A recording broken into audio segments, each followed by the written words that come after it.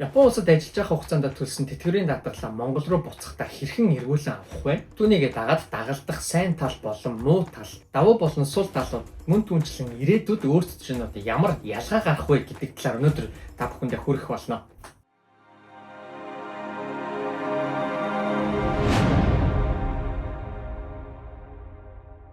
За сайн байцгаана уу буйнаа. Өнөөдөр та бүхэндээ Япон улсын тэтгэврийн даатгалаа хэрхэн эргүүлэн авах вэ? Нэг удаагийн буцаан ололт гэж ярьдаг тийм ээ. Хэрхэн авах вэ гэдэг талаар бичлэг хүргэх гэж байна. Юуны өмнө та бүхэндээ тэтгэврийн даатгал гэж юу байдаг талаас нь эхлээд танилцуулъя. За Японд тэтгэврийн даатгал нь хоёр төрөл байдаг. Нэг нь болохоор үндэсний тэтгэврийн даатгал буюу Kokumin-ийн Hoken гэж байгаа. За нөгөөх нь болохоор ажилчдын тэтгэврийн даатгал буюу хөвчлэн ажил хийдэг хүмүүс бүгд хамаарагддаг. Тэтгэврийн даатгалыг компаниас нь шууд оруулж өгдөг тийм ээ. Хүн болгон мэдээж орцсон байдаг. Kokumin-ийн Hoken нь болохоор ажил хийдэггүй. За ажил хийдэг байсан ч гэсэндээ магадгүй хуваараа тэтгэврээ төлж явдаг хүмүүсийн төлдөг даатгал гэж хэлж болно. Мэдээж яриг сар болгон төлдөг. За тэгээ яагаад энийг эргүүлсэн авч болдог вэ? Яагаад эргүүлж өгдөг вэ гэдэг талаас нь ярих юм бол Япон улсад тэтгэврт гарахгүй гэдэг үндслэлээр буцааж хүмүүст нутаг буцах үед нь болохоор олгодог байгаа. Тиймээс Японд ажиллаж байгаа нутаг буцсан хүн болгон өөрийнхөө төлсөн татвараа эргүүлэн авах боломжтой байдаг. Нэг удаагийн ингэж хэлээд байгаа болохоос биш хэд хэд удаа авч болдог. За тэгээд үхчихэлж орчуулсан болохоор ичээжгийн гэдгийг шууд утгачлж орчуулах юм бол нэг удаагийн буцаан ололтоо гэж орчуулагдаад яригдчих. Бидэнд хэвчилсэн байгаа. Ямар хүмүүс энийг авах боломжтой вэ гэхээр ердөө дөрвөн болцлыг биелүүлсэн байх ёстой. За энэ дөрвөн болцолт нь хамгийн ихнийх нь болохоор та нэгт Япон улсын иргэн биш байх ёстой. Мэдээж хэрэг Япон улсын иргэн бол Япон улсад тэтгэврт гарах учраас та Япон улсын иргэн биш. Тэр нь гадаад бүх хүмүүст хамааралтай. Окей. За хоёрт нь болохоор Япон улсад та тэтгэврийн даатгалыг хамгийн багадаа 6 сарын хугацаанд төлсөн байх ёстой. 6 ба түүнээс дээш сарын хугацаанд төлсөн байх ёстой. Гуравт нь болохоор та Япон улсад оршин суух хаяггүй байх ёстой. Япон улсаас буцахаас өмнө өөрийнхөө хаягийн асалтаа яг албан ёсоор хийлгээд өөрийгөө албан ёсоор Японд хаяггүй болгосон байх ёстой. Дөрөвдүгээрт нь болохоор та Япон улсын тэтгэвэр авах болцлыг хангаагүй байх ёстой. За үүнд нь болохоор Япон улсын тэтгэврийг авах болцол нь та Японд 10 жил тэтгэврийн даатгалыг төлсөн байх юм бол та Япон улсад тэтгэвэр гарах болцлоо хангацж байгаа. Тийм болохоор яг 10 жилээс хойш Японд байсан болон тэтгэвэр төлсөн тохиолдолд та авах болцлоос мултарнаа гэсэн үг. Харин хэрхэн тооцоолдог вэ? Хэдэн төгрөг авдсан бэ? Ямар цалинтай хүмүүс ямар мөнгө авдсан бэ гэдэг талаар нь ярив. Үүнийг маш амархнаар тайлбарлая. Хүн болгоны авах үнэлгээ нь өөр байдаг. Яагаад вэ гэж бодож байгаа бол энд ажиллаж байгаа мэдээж юм бүхэн болгоны цалингийн үнэлгээ нь дээшээ доош хэлбэлцэж байгаа. Тэр үндсэн цалингаас үнэлгээ нь өөрчлөгддөг учраас хүн болгоны үнэлгээ нь өөр. Яаж боддог вэ гэх юм бол таны цалингийн чинь дундаж үнэлгээ гэж байгаа. Үндсэн цалингийн чинь дундаж үнэлгээг үүсчих нь шикүр эцэг буюу нэг удаагийн буцаан ололтыг олгодог хувь үеж байдаг. Тухайн хувьд үржүүлдэг. Тухайн хувь нь хэдэн байдаг вэ гэхлээр та хэр удаан хугацаанд тэтгэврийн даатгалыг төлсөн бэ гэд тэрнээс нь хамаарат дээшээ нэмэгдээд явдаг. Жишээлбэл та бүхэнд маш амархнаар тайлбарлая. За 6 сараас 11 сарын хугацаанд байсан хүмүүс төлбөрөө төлсөн хүмүүсийн хувьд бол 0.5-аар үржигддэг. Үндсэн таны авч ирсэн дундад цалин хүрч нь 0.5. За 12 сараас 17 сар болсон тохиолдолд 1.1-ээр үрждэг. Яг одоогийн өнөөдөр үйлчилж байгаа албан ёсны хүчинтэй хуулийн дагуу бол хамгийн дээдлэлт нь 5 жил хүртэлх буцаалтыг олгож байгаа. Яг өнөөдрийн байдлаар бол. За 5 жил гэхээр 60 саяын тэтгэврийн даатгалаа төлсөн бол та өөрийнхөө дундад цалингаа үржих нь 5.5-д үржсэндээ тэнцэх үнийн дүнг авна гэсэн. Жишээ болоход Японд яг дундаж цалин тийм ээ дийлэнх хүмүүсийн анх ажилд ороод эхэлдэг дундад цалингаар аваад үзэх юм бол та сард 250 мянган йены дундад цалин авдаг байсан байлаа гэж бодъё. За түүгээрээ та 5 жилийн хугацаанд төлсөн гэж бодох юм бол 1,375 мянган йены буцаан олголтыг авна. Мэдээж тэрийгэ үржих нь тухайн үеийн йений ханш. За магадгүй 24-т үржлээ гэхэд за бараг 30 орчим сая төгрөг юм уу тийм ээ. 5 жил гэдэг дээр нэмээд хэлэхэд та 6, 7, 8 жил болсон. Дээдл нь 9 жил болсон байлаа ч гэсэн дээр яг өнөөдрийн үйлчилж байгаа хуулийн хүрээнд бол та дээдл нь 5 жилийнхэн л буцаан олголтыг авах боломжтой байгаа. Үүн дээр нэг гоё зүйл болж байгаа. Би саяхан өөрийнхөө Facebook пэйж дээр бичлэг хийсэн. 2026 оны 4 сараас эхлээд Японы хөдөлмөрийн хуулинд шинжилэлт өөрчлөлт орж байгаа. Сая хэлсэнчлэн та 9 жил болсон байлаач, 8 жил, 6 жил болсон байлаач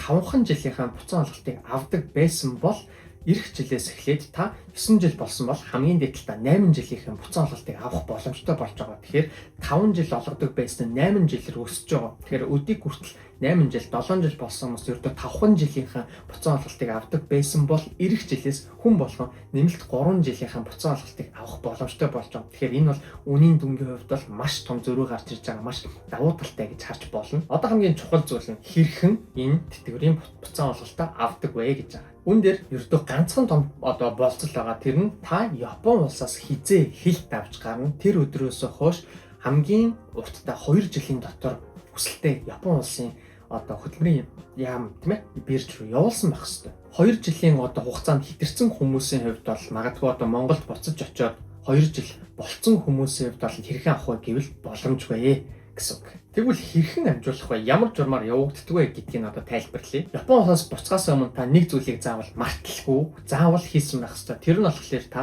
өөрийнхөө оршин суудаг дүүрэг хорон дээрээсээ өөрийнхөө оршин суух хаягаа устгуулах хэрэгтэй. За хэрхэн устгуулах вэ гэх юм бол та өөрийнхөө дүүрэг дээрээ буюу shakusho тийм ээ дүүрэг дээрээ очиод өөрийнхөө тэнцэд тодоки гэж хэлдэг чөлөөлөх хуудас, хасагдах хуудас гэх юм уу тийм ээ. За тэрийгээ та өгөөд за ингээд би нутаг буцаж байгаа. Тэгээд хаягийн хасалтаа хийх гэсэн юм аа гэд тухайн материалыг бөглөөд өгөх хэрэгтэй. Түүгээр та албан ёсоор Япон улсад оршин суух хаяггүй болж байгаа. За түүнийхээ дараа та Японоос хилээр гарах хэрэгтэй. Бүр байг гэж бодох юм бол мартсан хүмүүсийн хувьд бол та өөрийнхөө оронд энэ нинжа буюу ямар нэгэн хүмүүсийг өөрийнхөө оронд дайрыгаар тийм ээ төлөөлүүлээд явуулах бас боломжтой. Гэхдээ энэ дээр бас жоохон эрсдэлтэй байдаг. Зарим нэг тохиолдолд болохоор албан ёсоор тэтгэврийн нэг буцаан олголтыг олгох боломжгүй байна. Тайшугай буюу та энд хамаарахгүй гэдэг хариу гарсан тохиолдлууд байд юм байна лээ. За түүний дараа болохоор Японд байхдаа хизээч хийж болохгүй зүйл нь Японд байхдаа та тэтгэврийн буцаан олголтынхон хүсэлтэд явуулж өрөөсө болохгүй. Заавал хилээр гараад өөрийнхөө их нутагтаа буцаж очисныхоо дараа явуулах хэрэгтэй. Тэгвэл нутагтаа эргэж очиж ирээд ямар материалууд явуулдаг, хэрхэн явуулдаг гэдгийг та бүхэн тайлбарлая. За та бүхэн нутагтаа Монголдо эргэж очичоод Японы тэтгэврийн байгууллага буюу Nihon Ninkin Kikan л өөрсдийнхөө материалаа явуулна. За юу явуулдаг вэ гэх юм бол хамгийн ихэнд та албан ёсоор тухайн тэтгэврийн байгууллага тийм ээ Ninkin Kikan-ы вебсайтаас нь ороод эсвэл Японоос явахаас өмнө очиад бас авчиж болно. Мадаа хүч буюу цонхноос нь авчиж болно. Тэр нь болохоор дата ижижигийн Seikyu Show гэдэг материал байгаа. Монголоор хэлэх юм бол мөнгө нэг удаагийн буцаан олголтын мөнгөө хүсэх маягт гэх юм уу тийм ээ тэрийг авсан байх хэвээр. За тэрийг бүгдийг бөглөөд дээрээс нь нэмээд өөрийнхөө гадаад паспортынхаа хуулбаруудыг бүгдийг хавсаргаад за тэгээ сүүлд нь хоёрхан зүйл байгаа. Нэг нь та олон улсын долларын ч юм уу тийм ямар нэгэн валют хүлээж авах албан ёсны данстай байх хэвээр тухайн дансныхаа мэдээллийг хавсаргах хэвээр. За сүүлийнх нь болохоор тэтгэврийн дэвтэр гэж манайхан ярьж заншсан. Гэхдээ тэтгэврийн дэвтэр нь яг өнөөдөр тийм ээ ашиглагдахаа болцсон бүх зүйл нь онлайнаар болон өөр хэлбэрээр явдаг болцоо. Өдийг хүртэл маш олон жилийн өмнө иржсэн ч юм уу 6-7 жилийн өмнө иржсэн хүмүүст бол байгаа тухайн дэвтрээ хавсрах хэвээр.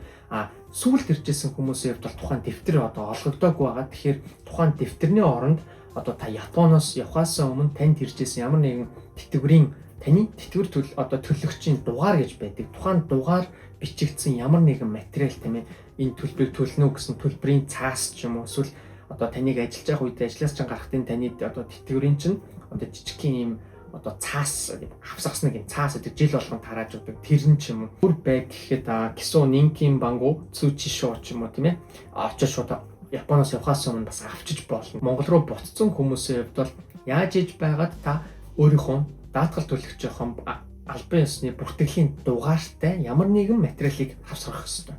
За ингээд бүх материал бүрдчихэж байгаа. За тэгэхээр тухайн материалуудаа бүгдийг хавсаргаад та Япон улсын тэтгэврийн байгууллага тийм ээ нэгдсэн төрөө болох хэрэгтэй. За үүний дараа хүн болгоны асуудаг зүйл нь мөнгө хэрхэн хизээ хэр удаж орж ирдэг вэ гэж байгаа. За энэ бол маш амархан. Ерөөсөө та хүсэлтэд явуулснаас хойш 3-6 сарын дараа таны тухайн валютын данс руу орж ирдэг. Хэдэн төгрөг орж ирдэг вэ гэдэг дээр бас нэмэлт тайлбар хэрэгтэй. За эхний ээлжинд сая хэлсэн таны тэтгэврэр чинь таны цалингаас хамаардаг. Үрчгэн тэд 10.1 гэдэг үнэлгээнээс нь хамаардаг. Хэдэн жил ажилласнаас нь хамаардаг гэсэн бол тэрнээсээ та яг орж ирэх мөнгө чинь жоохон бага орж ирдэг. За яагаад вэ гэх юм бол тухайн үнийн дүнгээс чинь орлогын албан татвар буюу 20.4% ерөнхийдөө суутгадаг байгаа. За тэгэхээр таны бодсон цалингийн яг орж ирэх үнийн дүнгээс ч 20 орчим хувь тийм ээ бараг 20.5% нь ерөнхийдөө суугатагдаад үлдсэн мөнгө нь таны данс руу орж ирнэ. Гэтэ та энэ дээр санаа зовох хэрэг байхгүй, үүнийг эргүүлэн авах бас боломж байдаг.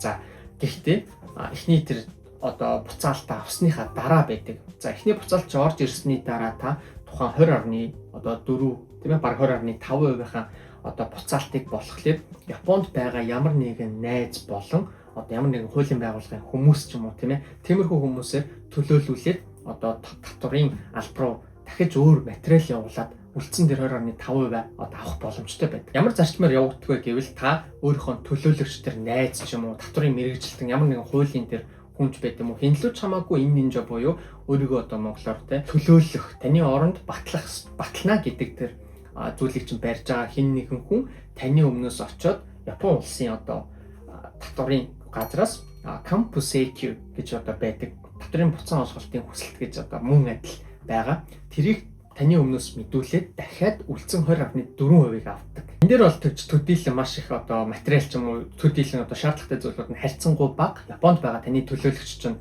баг бүгдийг хариуцаж мэдээд таны найз ч юм уу хинч байсан баг хийгээд өчөх чадaltaй байх болов гэж би бодож байна. За одоо тэгвэл давуу тал болон сул тал нь юу вэ гэж байна. За энэ тэтгэврийн буцаан олголтыг авснараа ямар ялгаатай вэ гэж. За эхнийх нь болохоор давуу талын яриг тийм ээ. Merit тон юу вэ гэх юм бол нэгдүгээрт нь мөнгөний шууд хэрэгцээ болон одоо танд мөнгө шууд нэг төр орж ирнэ. Ягаад гэхээр та өөрийнхөө төлжсэн одоо ажиллаж байх хугацаанд Японд байх хугацаанд төлжсэн мөнгөө татварт төлжсэн мөнгөө эргүүлээд авчиж байгаа. Бэлэн мөнгөөр орж ирж байгаа учраас мэдээж хэрэг одоо хин бүхэнд мэдээж давуу тал бол. За хоёр дахь нь болохоор Япон улсад олон жил ажиллахгүй, амьдрахгүй гэсэн бодолтой ч юм уу те. Зүгээр Япон улсад туршлага цуглуулад нутаг буцаад нутагтаа ажиллана гэсэн хүмүүст болохоор өөрийнхөө төлжсэн тэр одоо цалингаас өндөр цалин авдаг байх тусмаа мэдээж цалингийн үнэлгээ нь ихсэж одоо татварын хэмжээ нь ихсэж байгаа тийм ээ.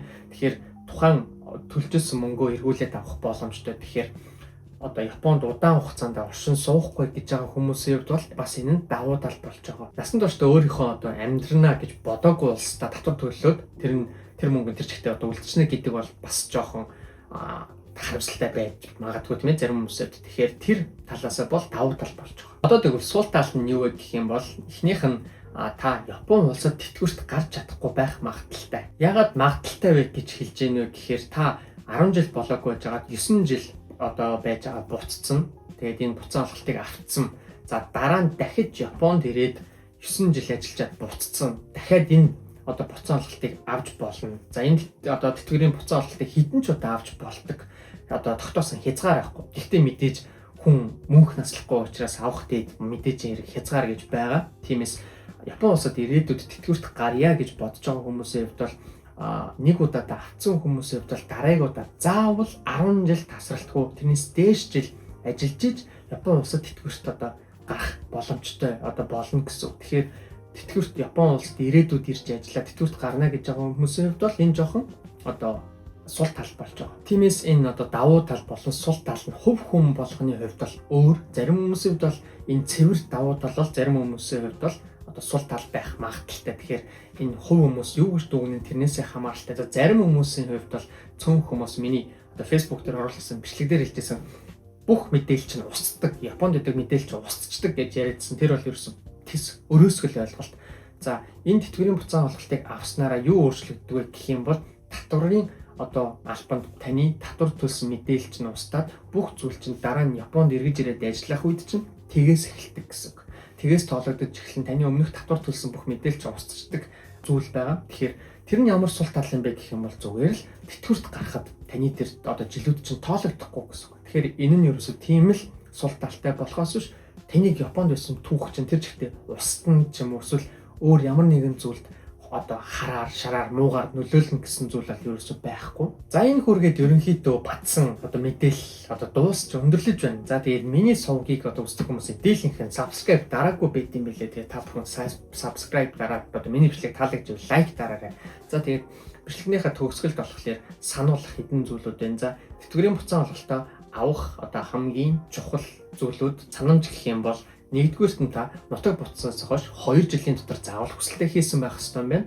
Хоёрдугаарт болохоор Япон улсаас явахаас өмнө заавал хаягийн одоо хасалтаа хийлгсэн байх хэрэгтэй. За 3 дугаарт болохоор та нэгдүгээр одоо татварын буцаан олголтоо авсныхаа дараа үлдэгдэл дахин суудагсан 20.4 баг 20.5%-ийн буцаан олголтыг дахин мөн адил авах боломжтой байдаг. Тэрийг марталгүй аваарай. За тэгээ сүүлд нь болохоор 2026 оны 8 сараас эхлээд татварын буцаан олголтын үнийн дүн ихсэж байгаа учраас одоо удахгүй нутаг буцах байгаа ч юм уу тийм ээ. Ойрын хугацаанд ерөнхийдөө нутаг буцъя гэж төлөвлөж байгаа хүмүүсийн хувьд бол эх жилийн одоо 5-6 сар болж өгвөл 6-аас хойш нутаг буцах юм бол олон жил ажилласан хүмүүсийн хувьд бол 3 жилийн одоо буцаан олголтоо нэмж авах одоо боломжтой байгаа. Тэгэхээр та бүхэн марталгүй цагаа сайн тооцоолоод хэдэн жил одоо Японд ажилласан гэдгээ тооцоолоод хизээ буцах вэ гэдгээ бас адилхан хослуулж бодоорой. За тэгээд миний бичлэг таалагдсан бол марталгүй лайк дарахаа мартуузай. За тэгээд дараагийнхаа бичлэгээр уулзлаа. Түр баяртай ямар бичлэг хийхийг хүсэж байгаа, ийм бичлэг хийлгэмээр, тийм бичлэг хийлгэмээр, ийм сэдвэр хийлгэмээр байна гэж байгаа бол доор комент бичээрэй. Тэгээд тэр дундаас нь харж байгаа одоо хүмүүс их давтагдаад байгаа сэдвүүдийг маш хурдан эрт оруулах учраас одоо та бүхэн дахин комент бичих юм бол за тэр бичлэгүүдээр чинь би бичлэг хийж оруулах болно. Сонирхолтой бичлэгүүд хүсэж байгаа юм бол комментэн дээр заавал бичээрэй. За тэгээд дараагийн бичлэгээр уулзлаа. Түр баяртай.